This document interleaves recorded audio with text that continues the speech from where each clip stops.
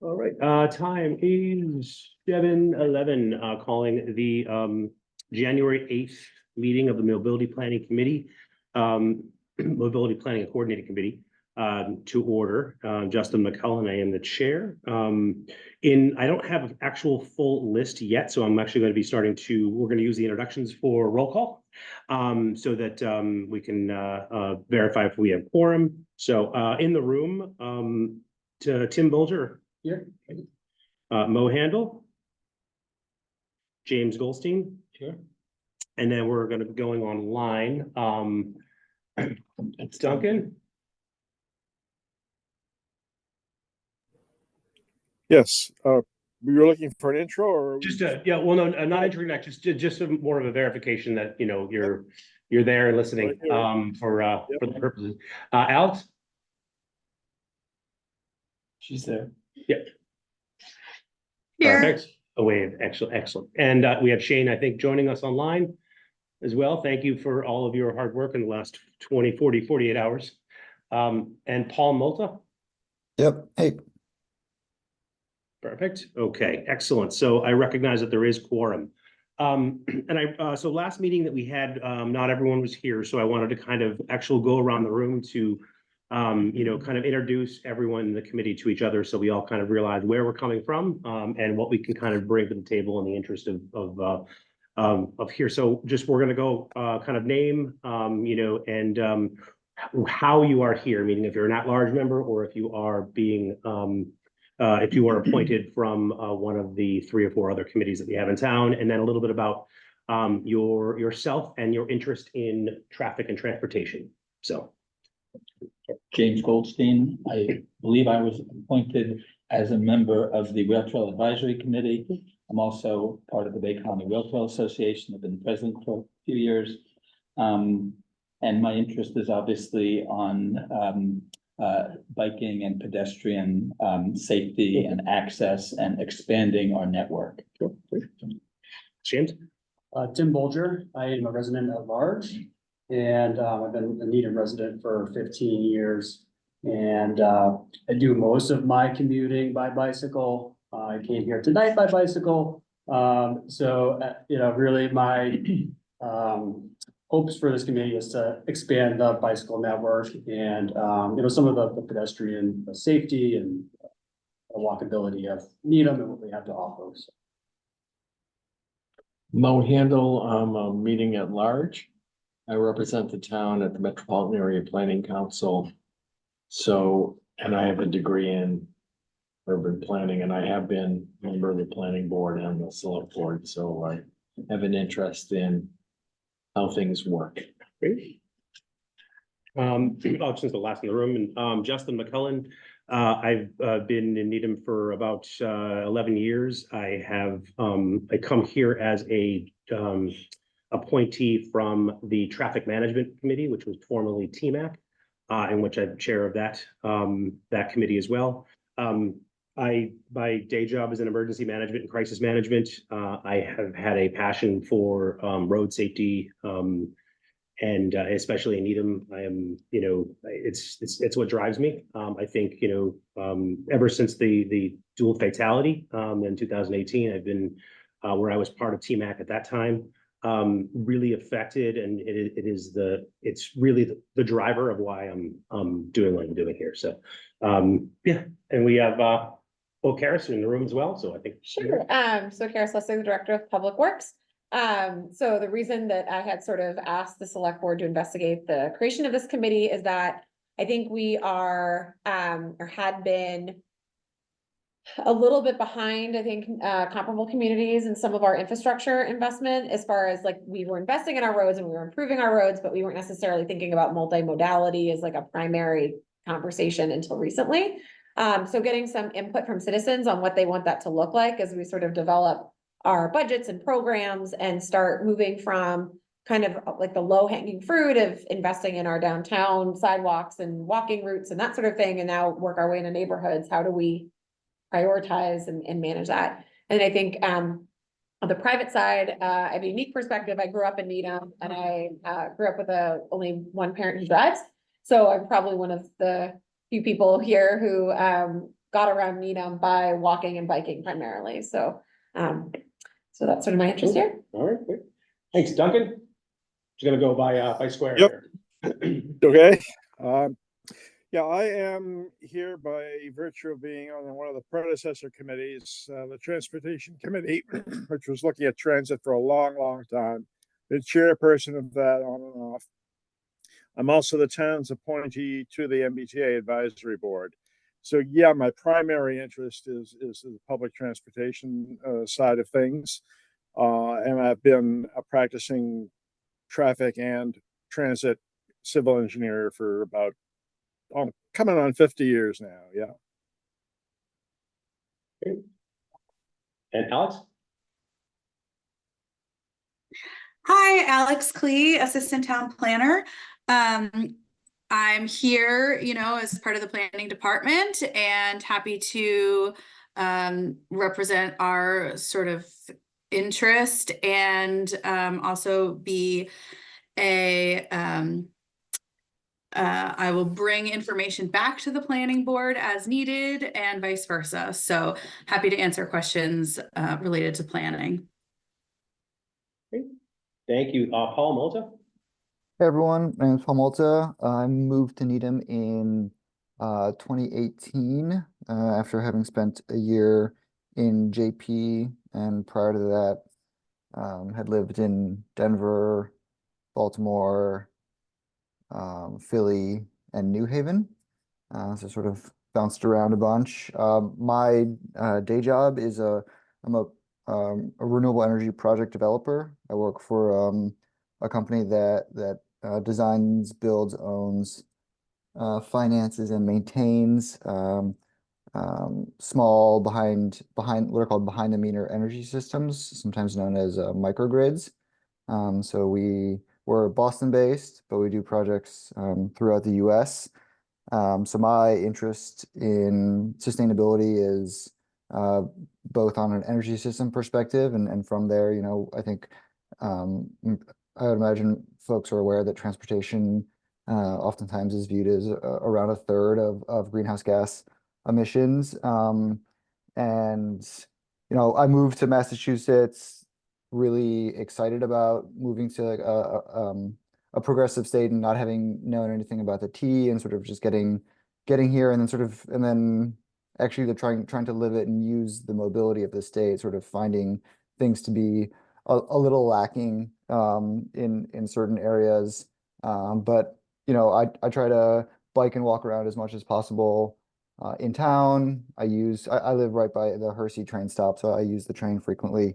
But yeah, just really trying, my first time getting involved in the town, and just trying to be a part of the change of the area that I live in. So I'm really excited to be here. Great, thanks, Paul. And Shane, do you want to introduce yourself? Hi, I'm Shane Mark. I'm the Assistant Director of Public Works. Been in the transportation logistics industry for about 17 years now, both on the private and public side of the house.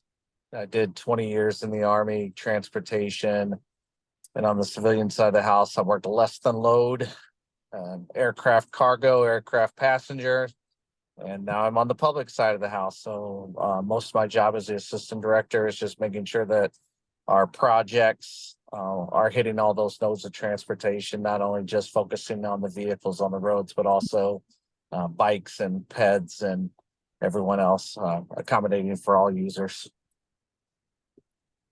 Thank you. And we are also being supported by Tyler Gabrowski. I don't know if you want to say anything. I know Tyler from TSC done a great job in supporting that committee. Yep, thank you, Justin. A lot of you know me. I work under Shane and Karis for DPW as an analyst, and I'm also, as Justin mentioned, a liaison for the TSC. I also have a master's in city planning with a transportation focus. So I'm interested to see what you guys come up with. Great. Thank you. So I think that actually kind of gives a good snapshot of kind of where we all are and coming at the table. So just for, I know we met last month or month and a half ago, and we kind of spitballed, for lack of a better word, some some targeted areas for prioritization. I think that list kind of was called or was kind of prioritized a little bit. And I think that we want to take some time tonight to I prioritize it even more because there's a lot of work here. And some of these are lower hanging fruit items.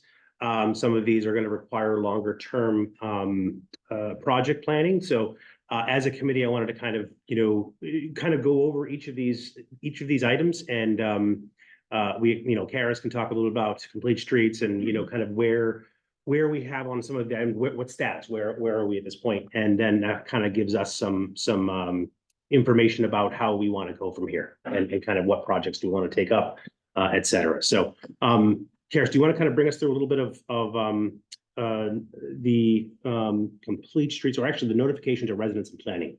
Let's see, did you have a? Yeah, I can pull that Presentation. up here. So, I think, we've been making modifications to the public way, and we've been having conversations about how much do the abutters have control or not have control over the choices that we make, right? So we're making a choice for a community on how we orient ourselves, but we're also potentially impacting somebody's personal property or how their property is perceived. For example, we had a project that we thought was a really low hanging fruit, just do some paint and see how a pilot goes. And instead of that outcome, it ended up being pretty negatively received by the people in that particular neighborhood. Because they felt like it would have a negative effect on their property value. I don't think it would, but that definitely was a very strong feeling. So as we move forward and we make changes for large changes, like when we've changed the curb line, or we've removed sidewalk or added trees, or anything of hardscape, we've talked to the abutters in the neighborhoods. And so we just did a pretty significant project on Fox Hill at Webster, where we tightened up that intersection. We actually narrowed Webster Street as it goes to Fox Hill fairly significantly. And we had a meeting with the neighbors and kind of talked out that process and got to consensus. I think figuring out a strategy that's sustainable for that, and who's involved, and how much do we meet with them, and how much buy-in do you ultimately need to have in order to move forward with some of these projects is helpful. We have a project right now on the tip, which is Highland Ave from Great Plain all the way to the current project, where Webster is. And so there are portions of that where we'll have to make a difficult decision between trees, neighborhood aesthetic, potentially a protected bike lane, and trying to navigate that dynamic is potentially fairly tricky. We don't have like a formal public hearing process, or even when we would do a public hearing process. So kind of establishing a protocol for that would be what we'd be looking for. Perfect.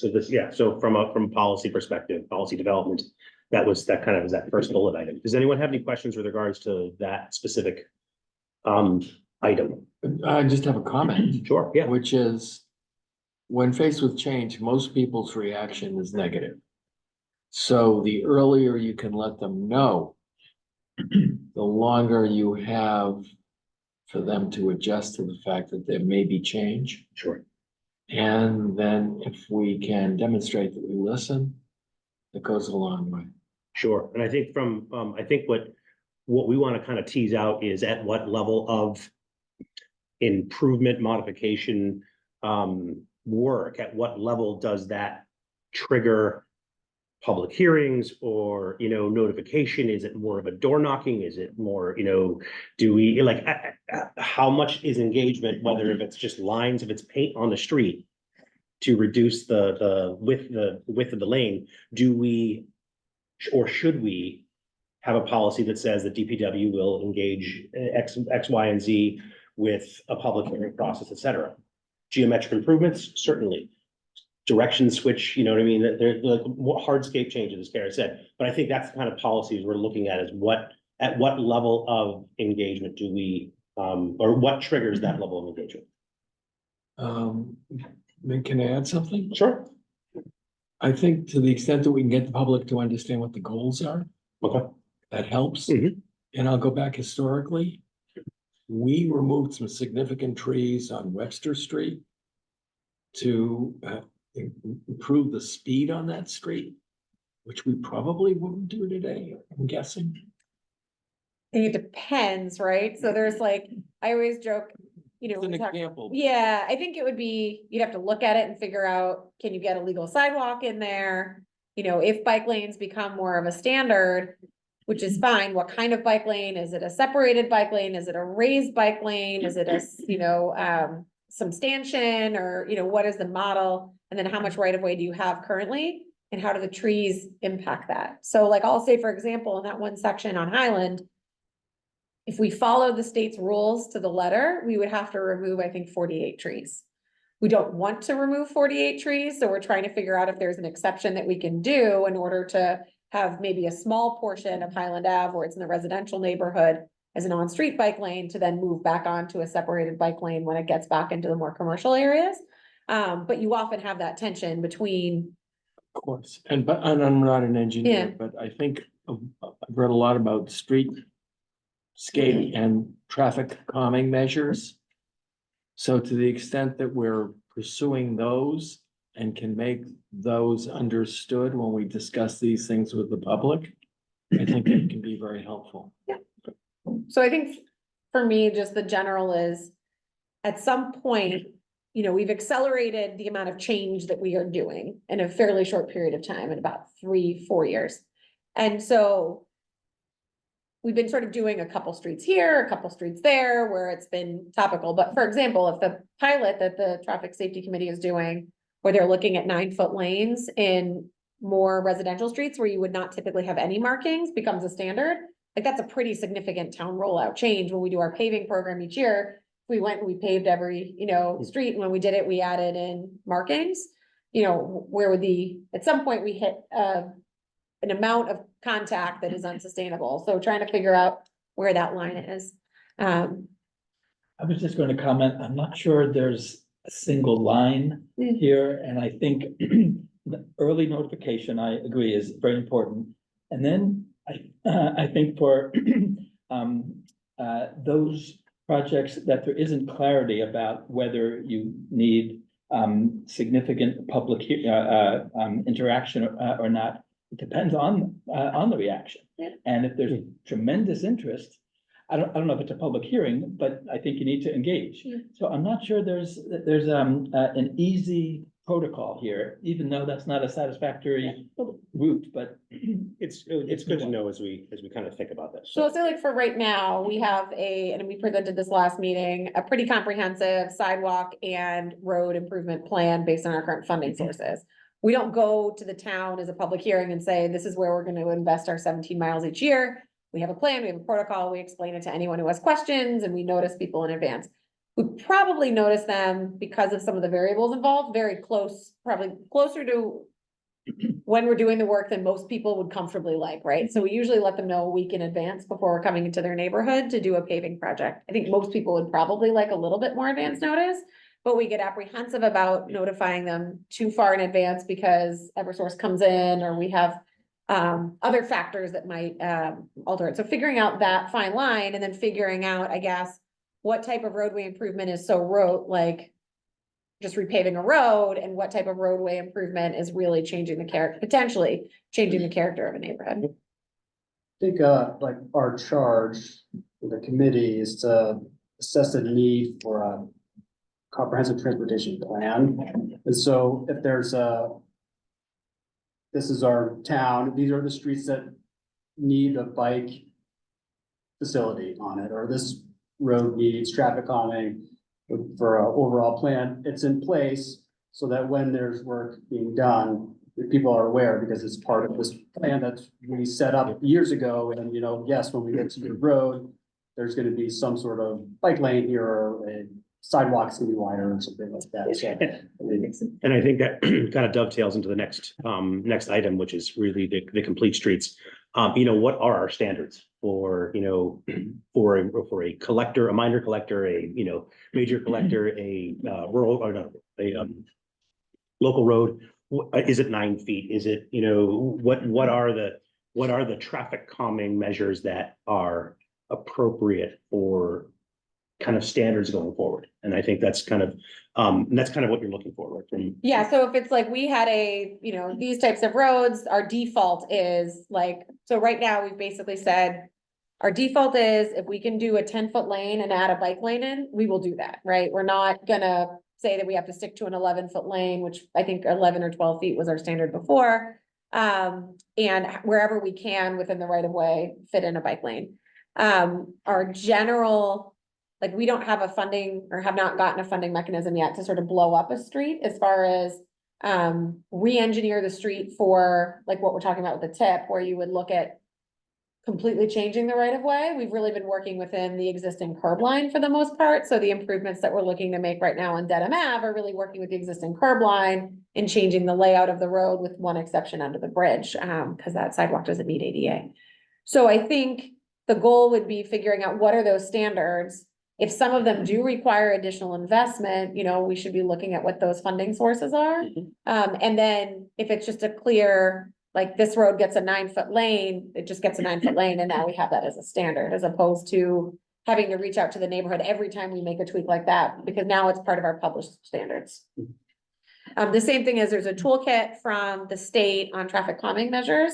I think I included it in the original email, and I can send it out again. And I think also trying to figure out what tools we want to use, because there's a whole bunch of tools in those toolkits, and some of them may make more sense in an urban environment. Some of them may make more sense in a rural environment, and what makes more sense in sort of Needham's setup. You know, we've been asked to look at mini traffic circles. We've been asked to look at speed humps and speed tables and raised sidewalks.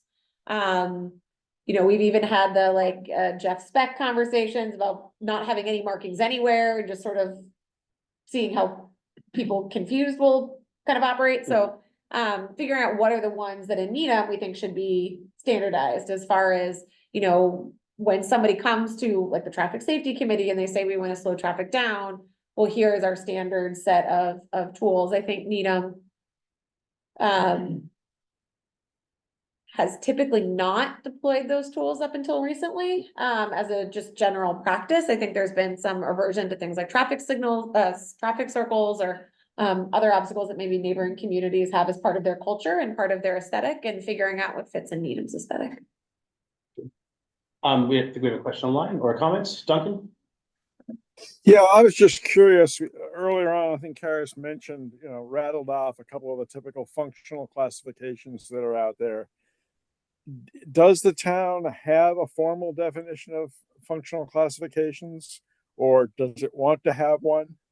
You know, it really, at the other end of the spectrum, I mean, I think everybody in principle recognizes the importance of completeness and multimodality and everything. At some point, you know, there is, you know, an amount of auto traffic that is coming from one side of Needham and going out the other side of Needham. And, you know, where are they at the table, I guess? And do we have a policy on that, or should we have, you know, a designated number of places where, you know, we know a certain amount of capacity really ought to be provided, and you know, have that somewhere in the mix? I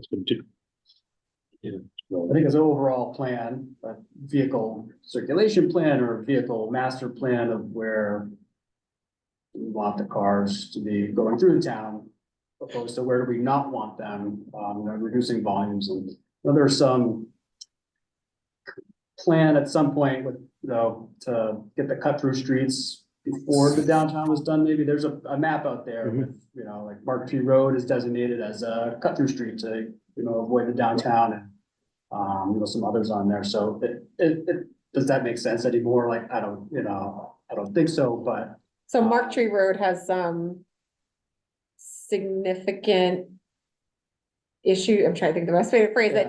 It has some significant challenges topographically. So that's part of why it's on the reconstruction schedule. Because the lane widths, the sidewalk widths, and then just the pitch of the road for drivers and then also for pedestrians doesn't really meet. At some point, it was designated to move traffic through town. Sure. Instead of getting people to go through the downtown. Yeah. So, you know, that was 15 or 20 years ago, maybe that was done. So, I don't know if that makes sense anymore. It does have a very dangerous intersection Yeah. at Central. But I think the point is more, should we be trying to get people going down Mark Tree, or are there better places to Yeah, get people to Because what is Mark use? Tree? Is it a through street? Is it a local road? Is it, how do we define that? And does that change our decisions on what we do? And something like Waze has blown that up as well, because there's a lot of places that we would not have considered cut throughs that are now pretty clearly cut throughs for people. And I think that That- we've started, That requires a public hearing, Yeah. I think, because people don't understand that if they've moved in and don't know that it's been designated that way, or Yeah, it's about to yeah. be.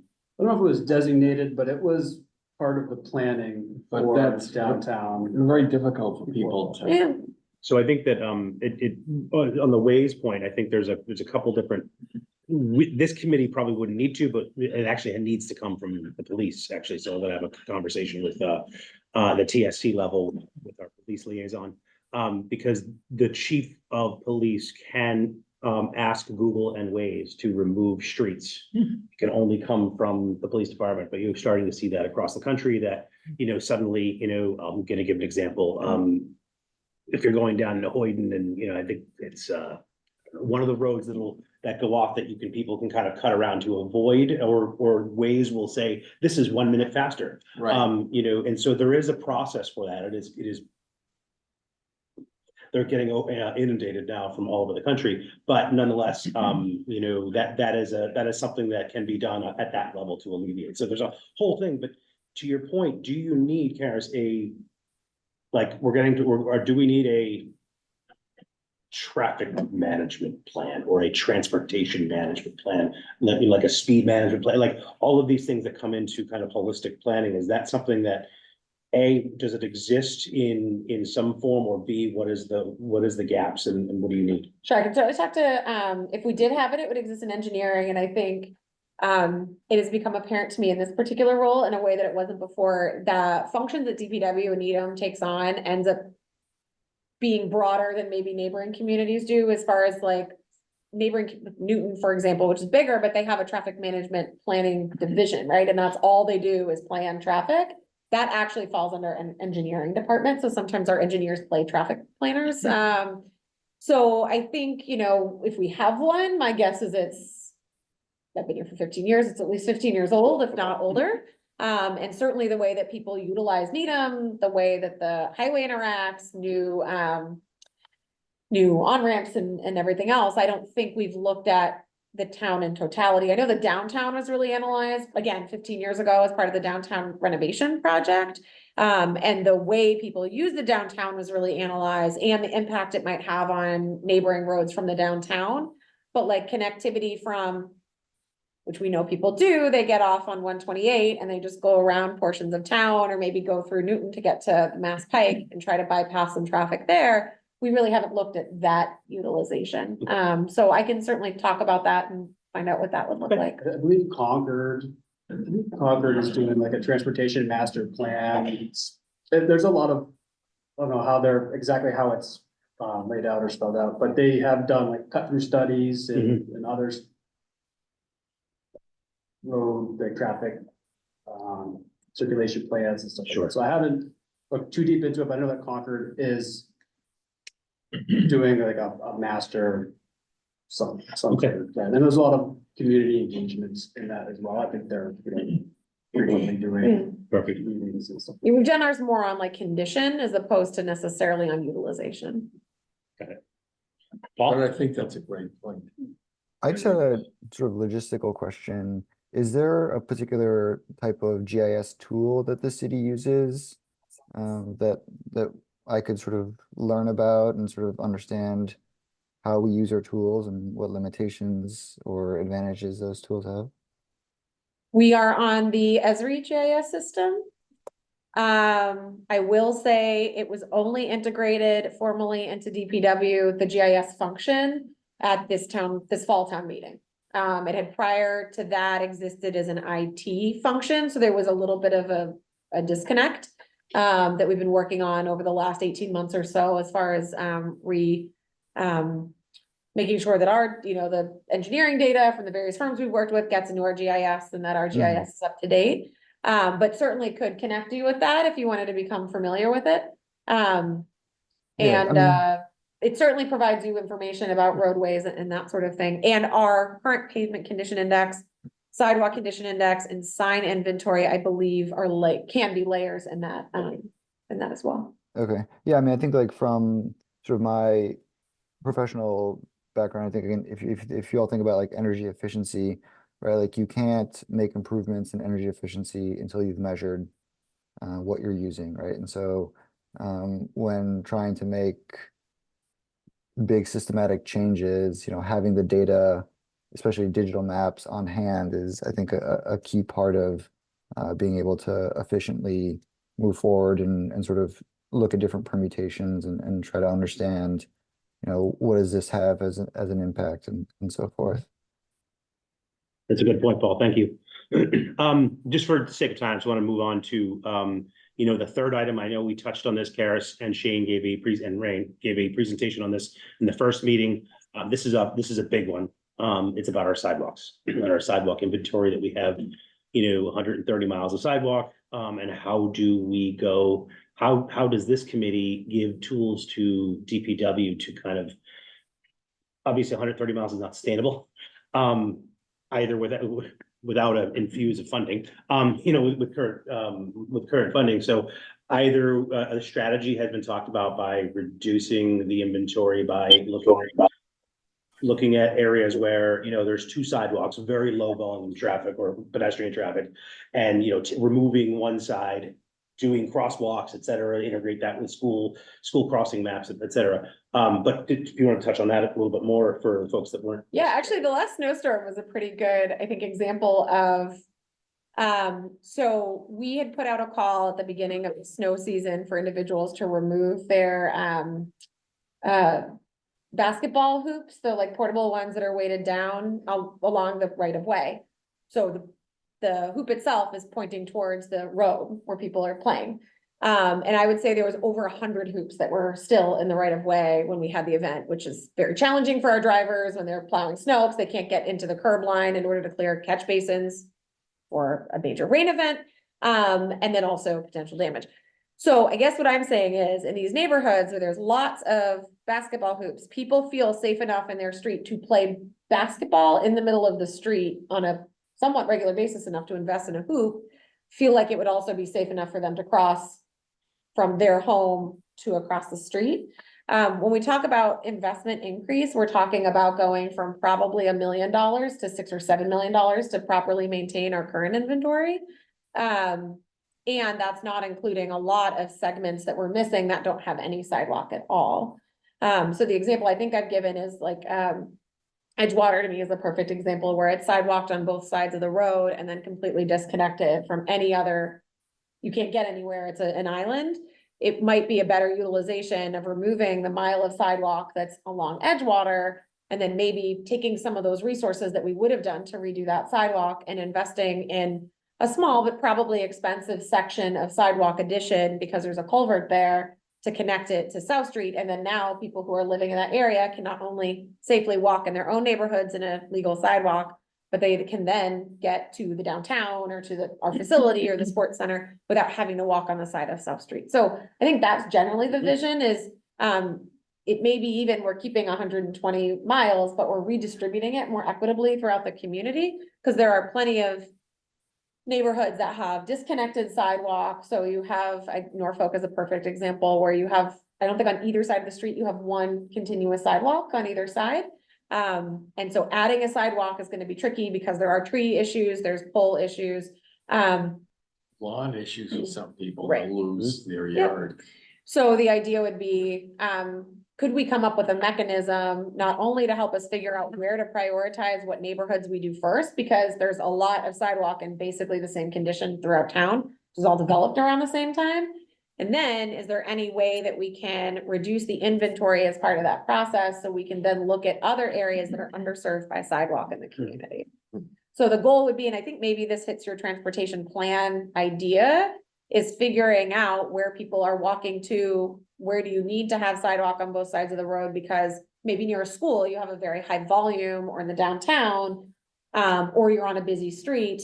But then if you're in a very neighborhood street that doesn't connect directly to the downtown, one side of the street may, may be sufficient. Karis, do you know how many miles of sidewalk would be considered for removing one side, these more rural, if you will, ones?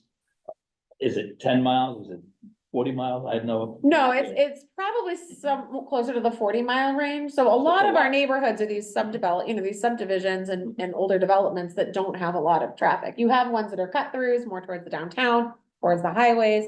But when it comes to like Birds Hill, I think is a perfect example. I've walked around there. It doesn't have very high traffic. And it doesn't have great sidewalk on both sides of the street. It would be a neighborhood that I could imagine would want to have their sidewalks prioritized for,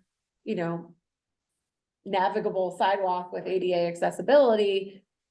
And they could, I think, be serviced well without having sidewalk on both sides of the street. There's also a stormwater advantage to it as well, because you're reducing the right of way, or if you're looking at adding, in an area that might be like a logical bike path for people, you could then re-alter the right of way a little bit and add some width in order to have a bike on it. So I think there's some flexibility there. Do we have the school routes? I know we have the snowplow map. Are they the school routes? Or, because I know the MUTCD said, the state says that you have to, the cities and towns have to have a list of,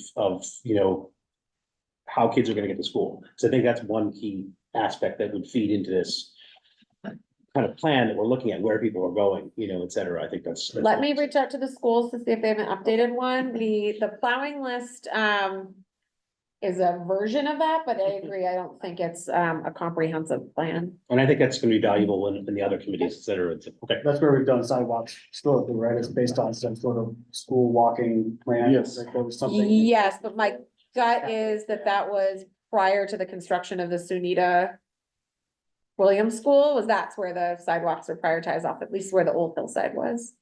Is there a cost associated with like just leaving that one side of the sidewalk in disrepair and fixing the other side? Like there's a cost associated with removing that sidewalk, right? Like why would you remove that? I know you probably may have to, Yeah. Hazard. So I'd say there's aesthetics, there's hazard, and then I would also say the town will actually get credit for removing it, because removing impervious surface gives us credit for our stormwater. We have a stormwater federal mandate. So there's an advantage from drainage and that sort of thing. You're not wrong in that well, actually, no. So when you repave a road, so if you do a microsurfacing treatment or a road repavement, by law, you have to make the sidewalks, or at least the ramps, meet ADA accessibility. So for example, we went in and paved that neighborhood, you would have to do the ramps for that sidewalk, even if the sidewalk itself doesn't meet. So that, I guess, would be the only cost associated with it. If you want to resurface the road, then you have to fix both sidewalks. So at that point, then you're moving one sidewalk.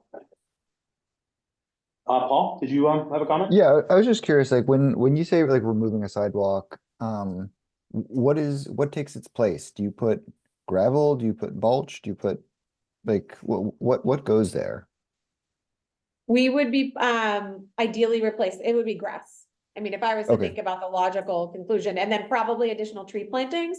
One of the problems we have with street trees in New England is that when they were planted, it wasn't a particularly thoughtful process about what Mhm. type of tree, how much soil was there for the tree to grow in and thrive in. So Mhm. oftentimes you have this sort of war right now between older trees and the sidewalk, because they're often lifting up the sidewalk. Mhm. Whereas newer guidance would be, you would plant it on the back side of the sidewalk instead of the middle of the berm. So that way the roots have a whole yard to grow, as opposed to being trapped between the sidewalk and the road. And then you choose different species, like you don't put tall growing trees under power lines, for example, which that did happen before. So you would replace it with, at minimum, it'd be earth, and then, plant material, whether it's clover or grass, and then you would probably want to use that as an opportunity to add additional trees, street trees as well. Okay, so Doesn't some it sort de of facto become vegetation. part of the residential property, even if it's not formal? So I think something similar happened when we did Fox Hill, because we narrowed the road from 40 feet to 30 feet. and the sidewalk stayed the same, so their frontage of their property did get narrowed. But it goes the other way too. I mean, if you remove a sidewalk and plant grass, whoever lives in that residence is going to start to use that as if it were their property. I think that's probably a fair And assessment. there's nothing, I don't think there's anything wrong with that. Yeah. But I mean, as long as they maintain it, right? But I guess, so the question is like, if, would the goal be to put the least expensive type? Cause if we're just swapping, maintaining sidewalks for maintaining grass, I'm imagining that there's a delta there, but you know, it's still something that the town is responsible for, right? So I guess it would be the same as the berm, so the grass between the sidewalk and the road, it's still on the resident to maintain it, we don't go Okay. and mow the berm. They would Okay. still be responsible for mowing it and taking care of it. The trees that are in the right of way are under our, the jurisdiction of our tree warden, so even right now, if you have a tree that's technically in the right of way, you can't take it down without our tree warden approving it, and he's very limited as far as what he's able to approve, so you can't take a tree down because you don't like it, it has to be because it's diseased or has an issue when it's in the right of way, as opposed to when it's on your property, when you can, right now, have leeway. Yeah. So I think that would be the limitation, is that those trees, you know, are a fixed product that would be there. Mhm. question, would the removed sidewalk path remain a right of way? Yeah, because if you look like we were doing Dedham Ave, for example, Dedham Ave has a 50-foot layout, but very rarely does it have 50 feet curb to curb of space. So in theory, if we wanted to, we can't, the bridge is a major impediment. If we wanted sidewalk on both sides of Dedham Ave, for example, we could fit sidewalk on both sides of Dedham Ave. We would just have to figure out the topographical issues going through all the frontages that are here, the tree issues, and then the bridge issue. So all that frontage that's on Dedham Ave is already in the right of way, so it would be similar. So when we condemn a sidewalk and remove it, that remains right of way, so the public would still have access. Correct. Perfect. So this is basically a plan, and I think some of this will dovetail into a comprehensive transportation and traffic plan. I think I think this is where a lot of this is I going. think a lot of it, yeah. You know, bikes, you know, the kind of crossings, the kind of bike lanes protected on street or raised. Do you want to just comment on when do we add them? What was that about? So right now, up until 2020, Needham did not have any bike lanes in the community. We made a decision with the former town engineer that we would start looking at a case-by-case basis every time we remodeled a road to see if potentially we could narrow that road, or if it had enough right of way, like Greendale's a perfect example. It had enough right of way already to just add a bike lane onto, in fact, with a buffer in many places. Right now, we haven't done any hardscape, so we haven't done any curbing to block it off. We do have a raised bike lane that will be going from Needham to Newton that's connected, Webster and Highland Park. which I have like mixed feelings about. So, I use it, I work there every day. so- no, I appreciate a dedicated bike lane. It's just, it's, The way they. being raised 6 inches above the road at the same, you know, if you were doing that like in a downtown, being with pedestrians, people could kind of mingle from one side to the other. There's that ramp issue at Webster where it looks like it's a car lane, and that's been confusing. But there's other methods, right? You can have a, you know, we were just spitballing about ideas at the downtown, like you could have a cycle track, right? That's a segregated lane that's not exposed to the roadway, but might be more, so it's protected, but it might be more friendly for pedestrians, bikes, and cars. So there's a lot of different options. There's Different materials also in Amsterdam, they have you can see the bike lane. yeah, so they have, There's a tactile strip there between, Right. between ours here. yeah, Oh, ours, but, Yeah. The Mass DOT's, there's a tactical strip in the concrete between the. it'll be a turn back, so it'll become ours to okay. maintain once it's completed. So I think it's figuring out, like I had heard initially when we started bike lanes, and I'm always like a walk before I run kind of person. So we started the paint to see, you know, I had to convince our town engineer that that was a safe choice, which we did convince him, but you kind of do it in baby steps. So we had questions like, why didn't you put up stanchions, or why don't we have separated bike lanes? And so we just don't have a policy of clarity on that. And then the other thing, that we want to make sure we're doing right by is snow removal services for when we have bike lanes and the resources that we have to provide that. Right now, we're struggling to get enough resources in order to clear the roads in town. We don't have enough resources in order to clear the sidewalks. We haven't really even figured out how we're gonna maintain the Webster Street ones as far as the equipment that we have to acquire for that. And hopefully maybe we'll be able to contract that out and we won't have to acquire that equipment. But figuring out the logistics of that, and I think, you know, I had heard when we first did it, some like, well, can we put in stanchions? Can we put in curbs? And this is really when Boston during COVID was experimenting with a lot of these different technologies, figuring out what fits in Needham, both from just logistical and practical point of view, as far as, you know, do we stick with, we want to keep on with paint? Do we want to look at separated bike lanes? Do we want to look at raised bike lanes? What's kind of the thought process behind that? And when would we explore that? So the easiest option, obviously, is if we can take a little bit of the road diet and take a little bit of the right away from the road and put down paint. That's a good option. The flexible stanchion posts, I think, have their pros and cons as far as providing some protection, but also they can be challenging with drivers and weather events.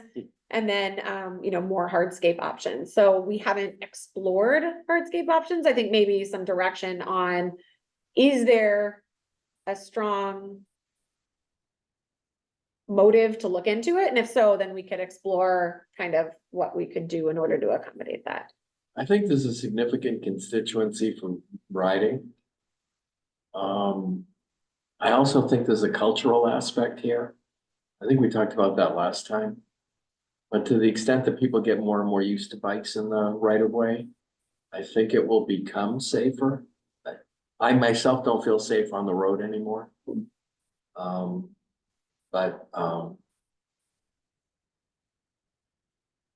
think there's a context, you know, certain roads, certain volumes, certain speeds, then, you know, up or down, and where you put the bike lane, but, we have to kind of look at every road and is it part of the whole network? So does it connect to something else? Sure. I think the Highland Ave, continuing something like what's on Highland Ave now, because it goes all the way to Newton, and so continuing that all the way through Needham, I think would be pretty big for the town. The property abutters would probably see significant increase in their value from having something like that that goes through our, you know, center of town. So they are definitely, you know, just looking everywhere else is the linear posts, you know, the ones you bolted. I mean, they can be trialed and changed, and, you know, there's a lot of grants for doing test pilots for a bike lane here. You know, does it work with linear posts? If it does, then it might work with the curb. If you're moving the curb anyways, right, you just move the curb a little bit further if you can. So it's a big step in, you know, where you go from nothing to something. Is there a state standard? Yes. There's, and Tyler might actually know better than I do, but I know NACTO has some recommendations, and then the state has a standard 10,000 trips, but it was passed during COVID, so there's I some. mean, in terms of question. solutions. So 10,000 trips per day requires a separated bike lane, and that's by some hardscape. So that could be, you put in another curb and another little berm, or it could be a raised bike lane.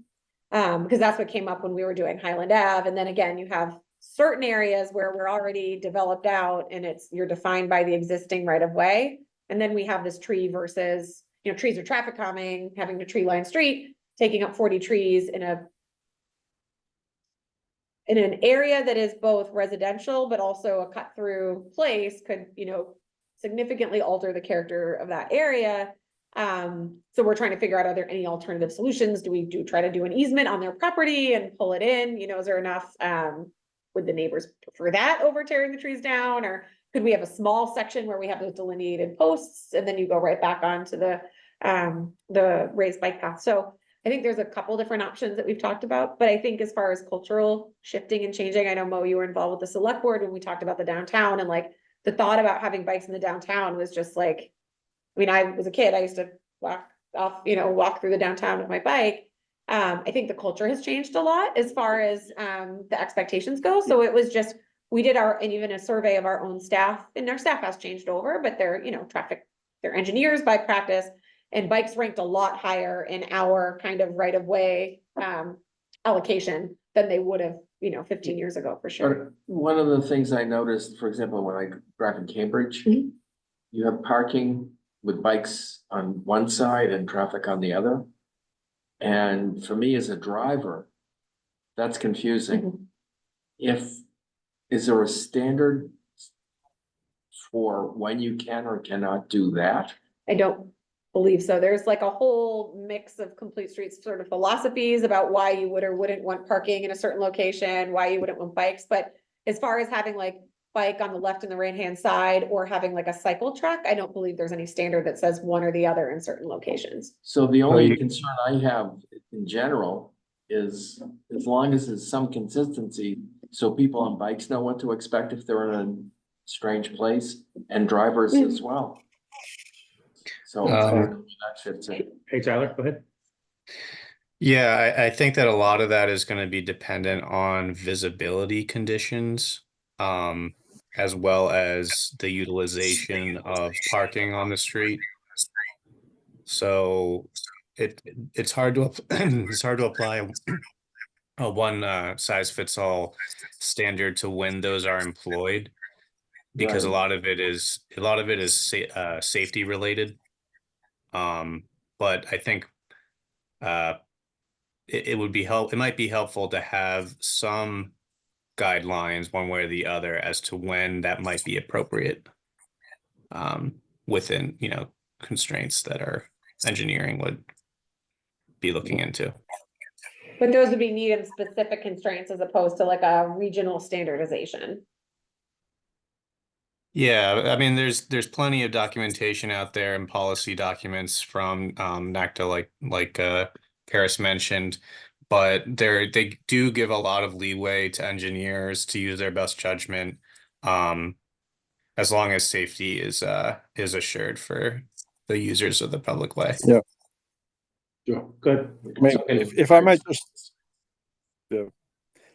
offer just a quick comment. I mean, the ITE and other websites are just constantly full of a froth and ferment of, bike treatments and ped treatments and everything else. NACTO really takes the approach of, if anybody's done anything somewhere and it hasn't been a colossal failure, it gets some space. And the traffic engineering community has a lot of more conservative, thinkers who want to see, 5, 10, or a decade's worth of experience with a treatment under a number of different volume conditions before they conclude that it's actually something that, for instance, ITE or AASHTO or something might come out with as a recommended practice. So I sometimes get nervous when NACTO is just freely sort of, if anything works in NACTO. We had a street in Cambridge where, I said, let's do this. And it was an 82-foot right of way. And I said, I'm sorry, it's a 44-foot right of way. That stuff isn't there. So it's a very ad hoc, locally constrained kind of thing. And while it's nice to have, guidance, it's not quite clear how universal and how meaningful that guidance can be. It tends to get wishy-washy. It also seems like that fits back into that conversation about creating a transportation master plan as far as what, because I imagine also, if let's say cycle track makes sense in the downtown, how does that then connect out to other bike infrastructure, right? When you have them on both sides of the road. So it's like looking at everything in a vacuum, which we sort of have. And I think when you're just adding, again, a paint treatment, you can, because it's not really a heavy lift. But when you're talking about something more permanent or something that's more structural, then you really do need to look at connectivity. Somerville, I hate to use Somerville, but Somerville, they have a bike network plan, and it's their, a map of their town, and every street that they plan on doing some sort of bike treatment to at some point in the future is there, and so you look at it and where everything is and what you're gonna do in each of those situations. How you get there, do you try something in certain spots? I think that's looking at the map and seeing that's where we're going. That's how you start. There are two, there's protected on-street raised There's also bike boulevards, which are just like a traffic calm street, something like Fair Oaks Park, where you may control volume. Instead of like adding a bike lane, you don't need a bike lane there, you know, like a sidewalk. But if you can control the volume, and it's something that part of the network would just be a nice street to go down and be safe like that. And then the off-street paths too is not on there, but we have like the rail trail and maybe some other opportunities in town for off-street, just completely separate paths or community pathways for pedestrians and bikes. So, well, you might remember better than I do, but I thought we had some bike map, again, it could be 20 to 30 years old that was done. 2011, maybe there was one. It's like kind of the opposite of what we would think for a transportation plan. It's more of a recreation plan, and it's goes around all of Needham. So Harris Ave, Greendale, Central Ave, which actually most of them have like lanes technically now. Anyways, Greendale and Central. Harris Ave doesn't, but it is on there. It was adopted by the select board at some point, and it kind of. Maybe no one ever looked at it. Yeah. I live on Harris Ave. None of my neighbors know anything about it, but you know, there is supposed to be bike lanes on Harris Ave at some point. Harris Ave actually was, we did have a plan to put a bike lane on Harris Ave with our Complete Streets funding with our first project when we did the intersection of Warren and we did all the ramps there. What we have to figure out is how to facilitate the drop-off pickup at Pollard and not have it interrupt the bike lanes, because the bike lane, which you presumably the kids would be using primarily, would be largely blocked during the prime time. So it does require, originally we thought we'll just add a painted line on the side, and then we sat there and watched. It was even during COVID when half the students were in the front and the back, and it's just remarkable the number of cars that go through there in that period of time. Part of the plan, how do do school drop off, which is a huge, traffic management and congestion is, safety. How do you do each one of those as well as any one of our schools? And so how it all works together, be part of the plan. If we did update a comprehensive bicycle circulation plan, that would set context for the neighborhood discussions and would help tease out what people's concerns are. Especially if you did it we've had a lot of experience in Needham with workshops. I think those are very effective at getting people to say what they think without feeling threatened. So the Complete Streets one was hugely successful. I think we had like 60 people come out and everyone was super engaged, and it was a really productive, it was like right before COVID. It was a really productive meeting, so. The next item, we kind of a good transition point, school zones and safety zones. This is every single one of our schools has a different signage. And that is really because of each school was funded at a certain time. The signage was developed and done through, different funding sources. So there were different signs that were required at that time. So I think a standardization of all of our school signage so that, and this kind of will also talk about, how do we do drop off and pick up? I think that's also, it's for some schools that are right on the road, as opposed to like Newman, which just has its own parking lot that's able to absorb a surge, but other schools can't. I think we have to look into safety zones. We currently have one safety zone by the park, Perry Park. Yes, Yes. Fulford Ave. That is a 24-hour, 20-mile-an-hour zone. That is, you're allowed to designate certain areas. There's a certain criteria for it. Do we implement more safety zones, throughout town? And what would be the criteria for that? Do they work? There's Fair always, Park is kind of like, I'm not sure, I know it was in the GPI audit, but like, it's kind of off the beaten path a little bit, right? Like, I don't know what prompted So I think, it surprised me. there are 4 other locations. Yeah. That seem a lot more important than Perry Park, but because we don't know if Perry Parks work, right? I think a lot of, again, this was done via workshop. And so I think people who lived in that neighborhood had some concerns about the safety of getting to and from Perry Park from their neighborhood. And when we did the safety zone, it was really a pretty significant improvement in the circulation of traffic. And then again, we did a slight narrowing of the road with some traffic calming measures, and put in safe sidewalks. I think before there wasn't a really good segregation between cars and pedestrians. So it was sort of like an eroded berm and people were parking up on the sidewalk, which isn't super helpful if you're trying to walk to the park. So a lot of that was putting in, indented parking, granite curbing, and doing that traffic calming measure.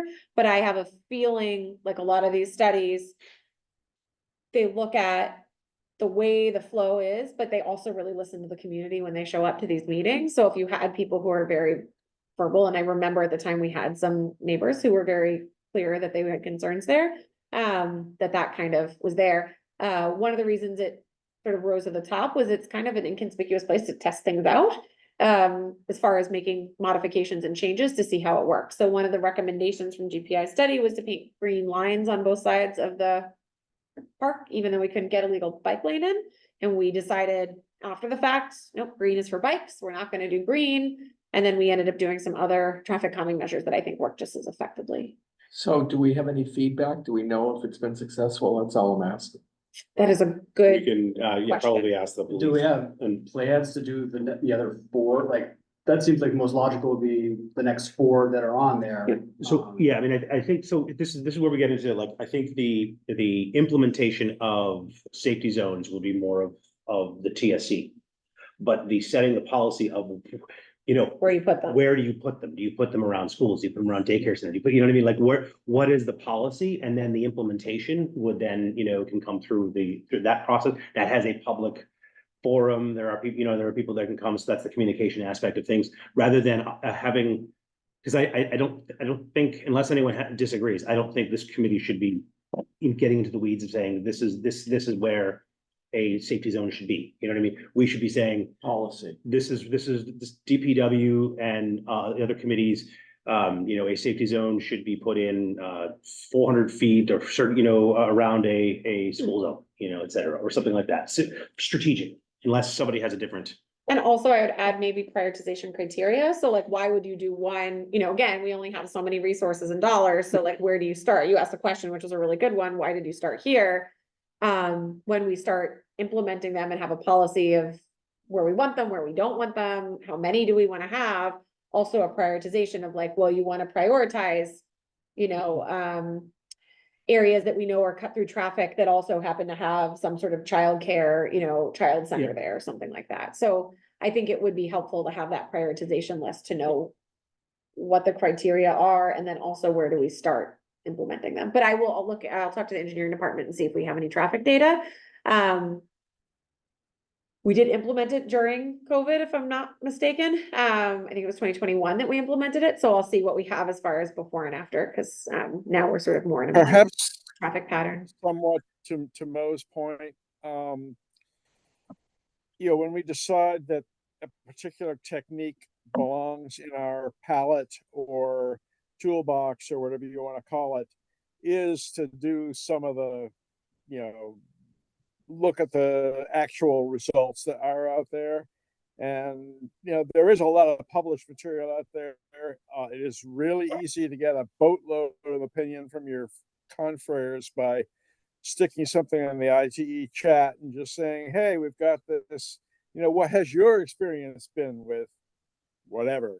And, you'll get 40, 50 stuff, things coming back, sort of here, there, whatever. But I think looking at the results, Mo asked, does it work? And, I think we owe it to ourselves to be reasonably confident that it does work before it joins the toolbox. Sure. No, and on that same thing, we did the TSC reduce the lane width, and we did speed studies before and after, because we wanted to see the efficacy of whether we're going to go through this. Is a 10-foot lane, does that actually calm? And there was actually, I think, a 7 to 8% decrease in speed. So we know that, okay, that's a tool that we have that is within the margin of what that traffic calming technique was supposed to do. So, And also to the contrary of what people who oppose it thought would happen, which they thought that striping meant go faster. correct. And on that same thing is speed limits. The GPI study did take an opinion that to enact, what is it, chapter 90, whatever, I think it's 26. It's the the statutory speed limit decreased from 30 miles an hour for thickly settled, and would bring that to 25. Dedham has done it, Newton has done it, Boston has done it. GPI felt that it wasn't necessarily effective, and I hear that from other people in other towns that the speed is still the same as it was before. They're just, now it's. Yeah, that particular, the study, like I think it said, do the 5 safety zones. Mhm. Review them, see if they worked. Yeah. And then revisit whether or not you're interested, the town would be interested in a townwide 25. And I think part of it, is the surgical implementation of the safety zones too difficult.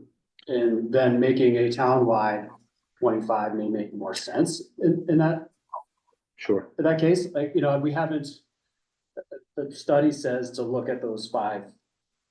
Do the safety zones, do they work? If they do, then maybe the 25 for the town would be successful. There also is another option that's kind of in between that, which is to do road by road, essentially. The state does allow you to, and there's like 26 municipalities that have done and designated. It's a pain to comply because there's the signage and, Right. listing ahead of time. One could say a certain road from what, X to Y, as long as it's signed appropriate, is now 25 instead of 30. There is an option to do that if we found that there are, there are certain roads that, might benefit from a lower speed So limit. I think the one thing I'll just mention is that with safety zones, and I can use Dedham Ave as a perfect example. So Dedham Ave is currently speed limited at 40 miles an hour. We had an opportunity with the state where they were gonna repave it and didn't quite work out because Eversource got involved, but basically they're gonna give us the resources in order to repave it ourselves. Well, when you repave something, that's when you want to look at striping plans and layouts and everything else, as well as we've now looked at potentially a 10-foot lane as opposed to 11-foot used to be the narrowest we would go, which now opens up the opportunity for a ADA accessible sidewalk under the bridge. So it was a sort of opportunity to look at this. And one of the neighbors had come to the traffic safety committee about lowering the speed limit on Dedham Ave. And I think when we talked about it internally, we think the speed limit is probably 40 from back before the signalized intersection was here at South of Dedham. So you would come off the highway and continue going at a faster speed until you came to the first signalized intersection at Webster in Dedham.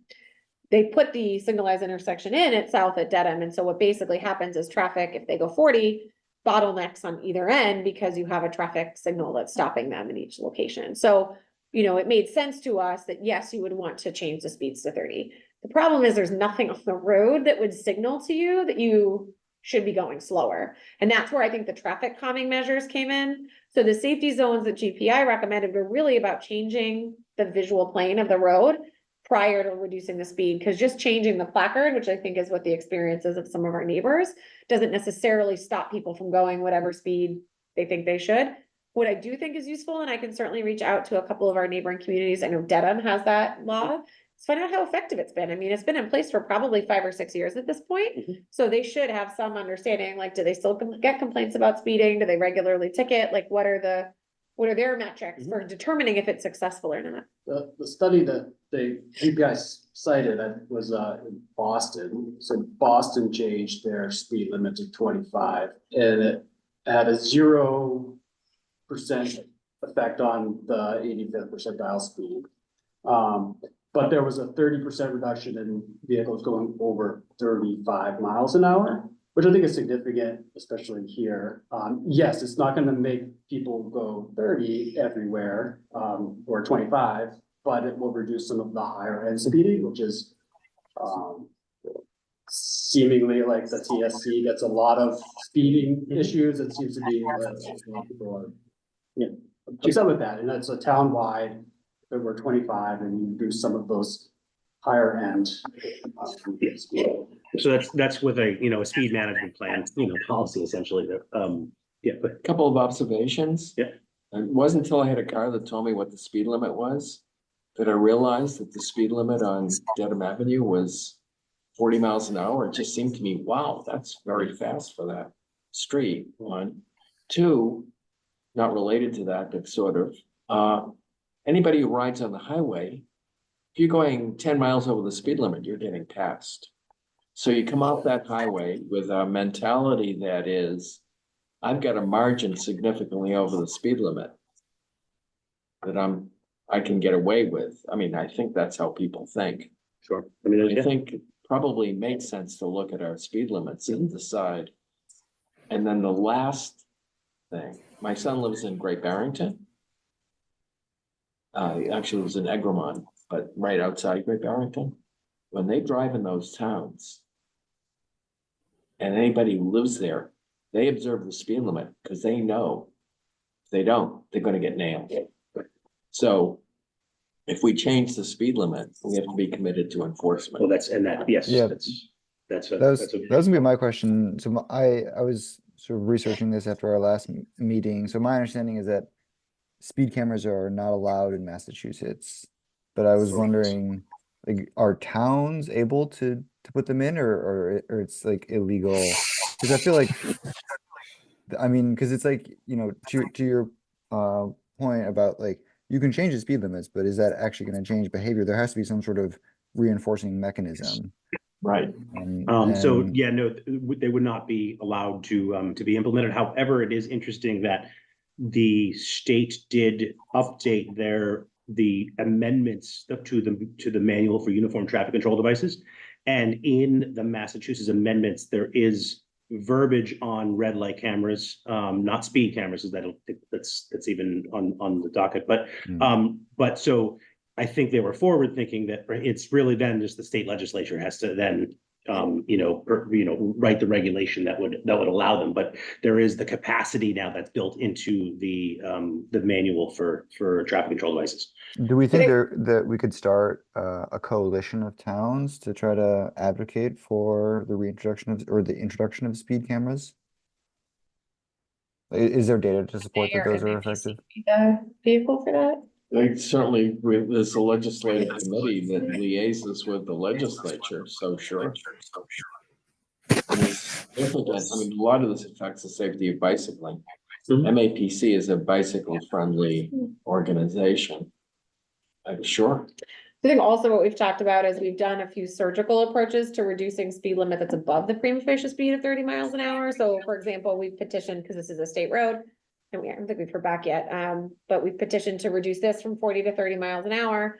And we're also in the process, there's one section of Central Ave between the Sunita Williams School and North Hill near the Forest Street intersection that is also 35 miles an hour. It doesn't necessarily make a lot of sense given the proximity of some of the vulnerable areas. So that we're looking to reduce down as well. So even without reducing the entire town down to a lower speed, looking at our streets that are above the 30 mile an hour speed and thinking, in the context of 2023, does it make sense to have them at that speed? I'll say I do find it confusing personally, and I know the law enough, but when I drive into a community where their entry road into the community is not at prima facie speed, and then, so they'll say like, all roads 20 miles an hour, 25 miles an hour, and then the next sign is 40 miles an hour, and it's like, wait, I'm confused, right, yeah. But I think that's often the case, because oftentimes your road connecting multiple communities is a main road that could have a speed above that, so that can be a little confusing. So I actually be curious, I can reach out to Dedham and see if they have any data about the success of their program, since they're more suburban, like Needham. And then, do you want to just talk a little about planning, tip funding and downtown, this is the last kind of the needs for that? So I think we have a project being funded by the TIP, which is the larger project between Needham and Newton. We are currently seeking funding for the Highland Ave corridor, and we're in their process. In fact, we are just going through the submittal review process. I think it's like the pre 10% design now, is what they need to review. And then, kind of when do we seek TIP funding? We kind of had a practice of not doing that because we didn't want to lose town control over the project. So what's kind of that just general philosophy of when do we seek that funding? What's the scope of the project? I think originally we were going to do it for Dedham Ave because we were dealing with the bridge, and that may have been resolved by just narrowing the lanes. The other item I just wanted to brief on was the reimagining of the downtown second phase, which is Great Plain Ave. We have 4 companies who are going to be we're going to put together presentations to compete for that project. They're all pre-qualified engineering firms with the town. GPI, Weston and Sampson, Environmental Partners, and Fuss and O'Neill. And they've sort of been given somewhat of a budget to come up with some conceptual plans. So as opposed to just doing a regular request for proposal, they're really going to hopefully give us an idea of how they listen to the feedback from the community, from the secondary phase of the first planning process, and then also from the select board when they did some evaluations of what they wanted to see in the downtown, to see what that vision looks like. And that will be happening. It's out right now. We should be getting proposals in February, and I'll certainly send out invitations for when those presentations are. And then I think more broadly in the sort of overlaps is when we use Chapter 90. So Needham has had a really successful program of self-funding its infrastructure improvements, with a few exceptions, just when we've had some financial crisis. And so we really haven't utilized Chapter 90 funds, and we've been accruing them towards our downtown project. I think sort of two things that are happening. One is that the legislature has been having debates about whether or not to add more into Chapter 90, and communities, not just Needham, have not been spending the money they've received. So there's been an apprehension about putting more money into those programs because it might not get utilized or be utilized right away. And then I believe it's the new millionaires tax has added more funds into Chapter 90. So the town received about 50% in additional benefit this year, because I believe that was supposed to go to transportation education, and that was our transportation component. So there's funding for this project right now in the town manager's budget. The infrastructure, although the same was true last year, is not part of the tier 1 funding for capital because of some of the other competing school interests, as well as hopefully a new DPW. So the plan is to use Chapter 90 money instead of internal funding for this particular year. But when do we use Chapter 90 money? Why do we use it that way? And what's the benefit? I think would be part of the conversation. It's helpful in that it is a resource that would have some pretty good flexibility with. I think on the other side of it, when we talk about a public process, to have conversations about why are we making a major change to an intersection or something like that, having a town meeting vote is always helpful when we have those conversations. When someone says, well, why did you choose this intersection? Or why are you guys doing this? We can explain, well, we presented to all the boards, it went through this vetting process. So it does sort of provide some cover in that process. So when do we use Chapter 90 and what should we be allocating it for? I think would be helpful as just, again, a general policy, because I think we had one very clear policy for the last 10 years. I think because of some funding constraints and the infrastructure article went from when I first started to about $1 million. So that was 10 years ago. And I think our current request is 4 million. So the cost of doing construction has increased significantly. As well as we just have a lot of projects and we're able to get a lot of projects done, which is great. And I think the community is demanding it, but how do we use those funds and when do we use them? So they can be used for roadways, but we've used them to do things like fund the salt shed that we currently have at the RTS that we use, which is huge value for our roads because it helps us do our snow and ice program. It could be used for a quiet zone. That's been a conversation as well as using some of that to offset larger projects that we have, like total road renovations. The only problem with Chapter 90 is our highway department functions like a GC for most of their projects. And so they do what we call a la carte contracts for multiple years, where basically somebody puts a bid on a certain amount of material or a certain amount of linear feet. And then we control where they go. It's helpful when we have Eversource coming in and tearing up a road, we can pivot them to another location. We're not locked into a location. But the way Chapter 90 works is we can't use those contracts with Chapter 90 funding. They want to know precisely the road that you're using the funding on for before you bid the project. And because we bid out 3-year contracts, that's not possible. So it works really well. Like redoing Mark Tree is a really clear project that we'll put out as a standalone with one general contractor, and we can get chapter money. The downtown is like that. But for some of these spot projects, it's not as helpful. But if we identified an intersection improvement or a specific neighborhood that we were doing, and it was going to be a more comprehensive project, Chapter 90 would be a appropriate vehicle. So I would, now it's just, there's a lot, a lot to chew. I open it up for opinions on an approach rather than, obviously the ask was looking at individual policies. Do we,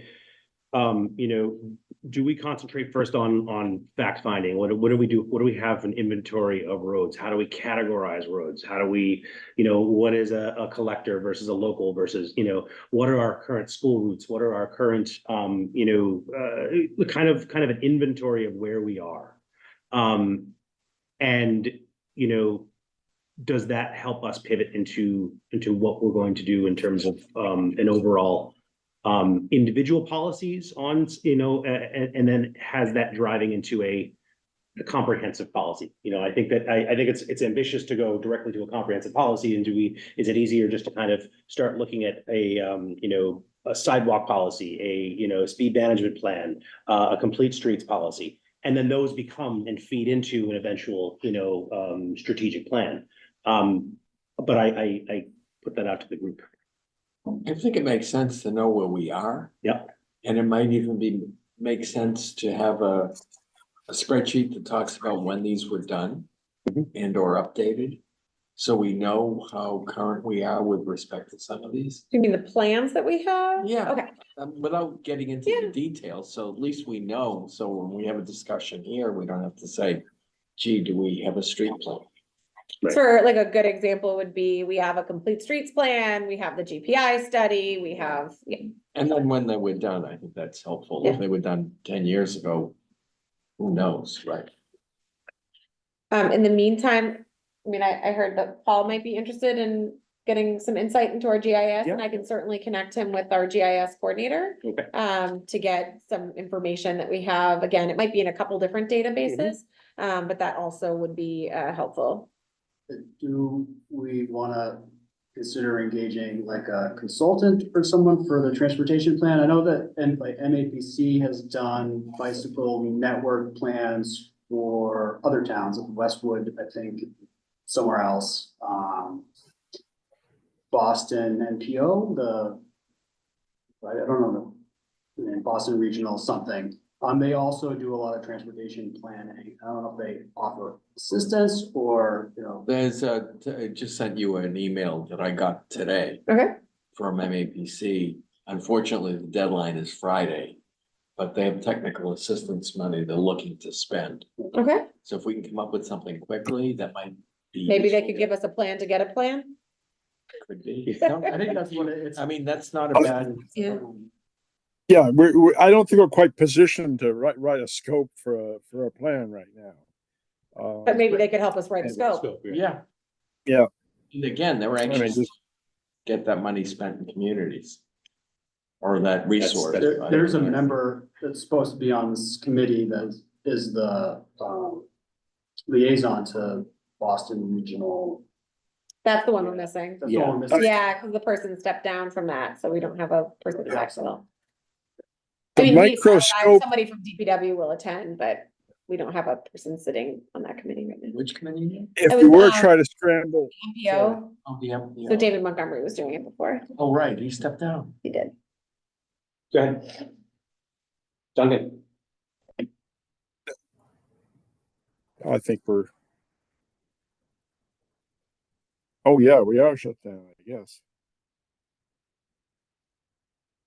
Cool. Did you have a comment or?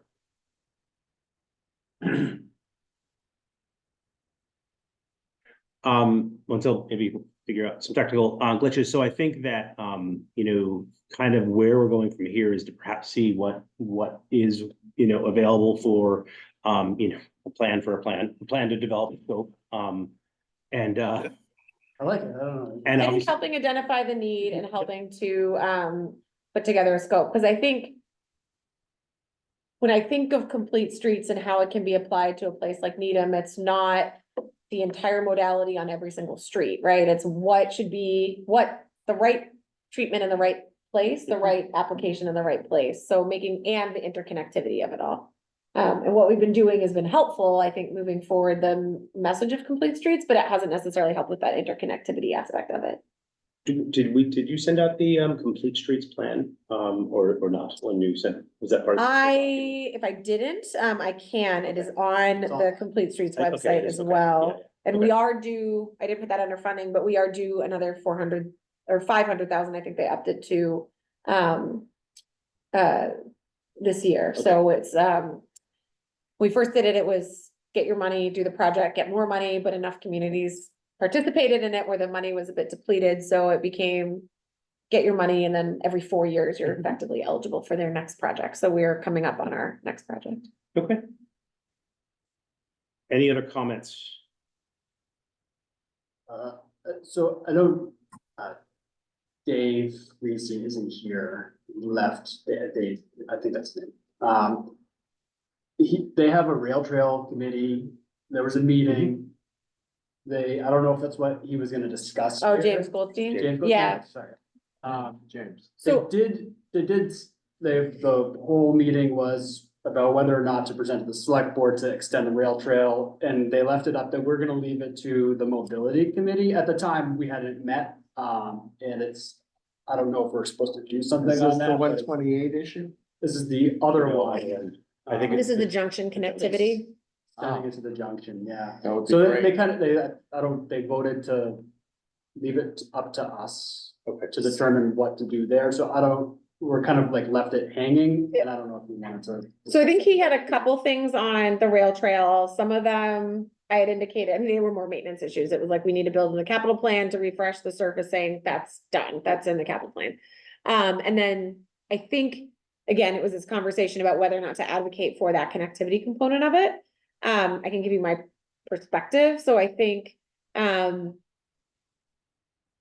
from a connectivity value, right now, the current trail that we have is pretty much a recreation trail, right? It doesn't connect to any Anything. clear points.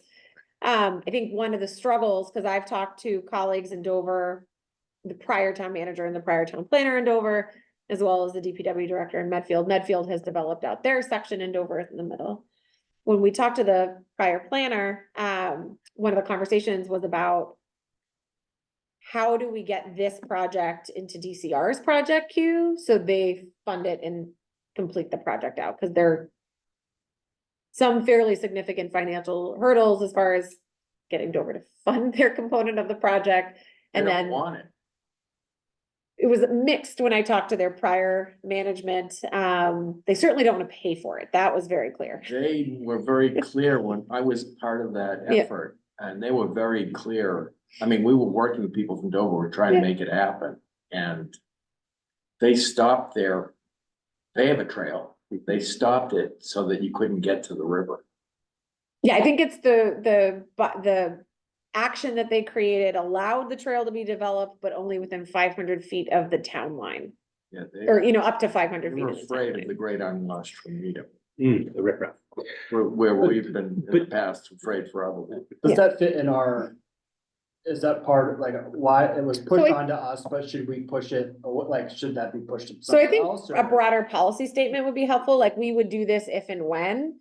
So I think one of the big concerns I would just imagine is the cost of that particular connection, because the MBTA will not give up their right of way there, so we have to co-locate the trail along the MBTA. And I think it was at the time around $2 million. My guess is right now, based on inflation, is probably 6. And then just other competing financial interests of the town. I don't think DCR or DOT would be very interested in that project in its current scope, although if you could somehow get Dover on board and Dover, Medfield and Needham went to DCR or DOT with that project, I think it's right up their alley. It's an economic area. It's got connectivity to, connecting two communities without commuter rail to public transit. And I think then you also have enough mileage to make it a destination location as opposed to, just commuter, because you've got 7 or 8 miles of trail. Suppose, maybe, potentially, we would have, the rail trail to Island Ave, to Newton, to, that part is probably more important than going to Dover. So, I mean, I don't know if that's, part of our. So I think maybe policy statements about we sort of try to recharacterize it of, like, we think the town should pursue off-road bike amenities in these specific circumstances. And when do we want to pursue them? I think that policy would be helpful, because we even internally in DPW have had some heated debate about whose jurisdiction it is. Is it a highway or is it Parks and Forestry, right? Like our current trail is recreational, it really is Parks and Forestry, but when you get into like more of the developed trails and you get into signage and you get into markings and you get into pavement condition, I mean, that's highway, right? That's what our Director of Streets and Transportation would probably manage. So we're not there yet. We're in the recreation bucket, but when do we want to turn that or something else into some sort of off-street amenity that's purely off-street and not just a sidewalk with an addition onto it? But I think we do have to talk with James because, I mean, that's why the rail trail, the committee exists to advise the select board on, you know, that's their charter. We can certainly, you know, to Karis's point, say this is the policy statement, this is what we should do, but it's gonna be up to them to operationalize that and recommend or not recommend to the select board. So should we tell them? Yeah. They need Yes. to like do that because they've kind of, I will. they voted in that meeting to put it on us. I will talk to James and I will also talk to John Bullion, who's on the committee as well, to make sure that's I just don't want you to communicated. get like lost. No, Ron is it's a still valid, on it's a valid point. Is that? We've been on that, it's still on that. He's still on that committee, yeah. So, I think we have, you know, That's great. a roadmap, at least a rough idea of where we're gonna go. We have the next meeting on tap for February 12th. And is there anyone have any comments, concerns? I know, we don't really talk too much about planning, but obviously planning will dovetail into, you know, any sort of, developments, et cetera, you know, you guys do traffic studies, et cetera, you know, that would be a good input to have into these discussions. But is there anything else from anybody online? Anyone in the room? I'll just Sure. note in future that CTPS, the entity that sort of does the regional transportation planning, has a new model that they're adopting. I don't have a review on it yet, but it is a new algorithm, a new set of software. I'm going to be talking to their director sometime the next week or two and try to get a little better idea. I mean, right now the existing model isn't considered to be terribly reliable by most people. I'm hoping that there are some improvements that will be worth having. All right. Thank you, Duncan. Unless there's any other comment, I will entertain a motion for adjournment. So move. Second? Second. Second. All in favor, please say aye. Aye. Aye or wave. All Oh, right, you have to record that, I think. because it is hybrid. Yes, yes. So Mo Handle, Yes. James Goldstein's out, Tim Bulger, Yes. Justin McCullen, aye. Alex Clee, Sorry, I don't know if I'm a voting member, but I. I think we're ex officio. oh, yes, actually. Paul Motel, thank you. Aye. And Duncan, Yes. all right, excellent. The motion carries. Thank you. We are adjourned. All right. Since you're Take out- care all. Anyone get in trouble for a technical error on a closing motion, I right? would- That at least. I would- You never know. I would, yes, if you wanted an open meeting You law could get a violation. FOIA request.